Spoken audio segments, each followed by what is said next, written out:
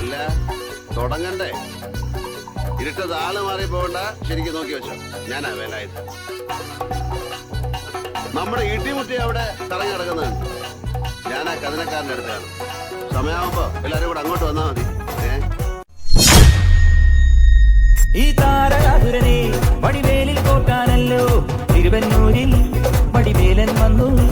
ഈ സൂര്യപത്മന്റെ ശൗര്യമടക്കാനല്ലോ സേനാപതിയായി തിരുമുരുകൻ വന്നു.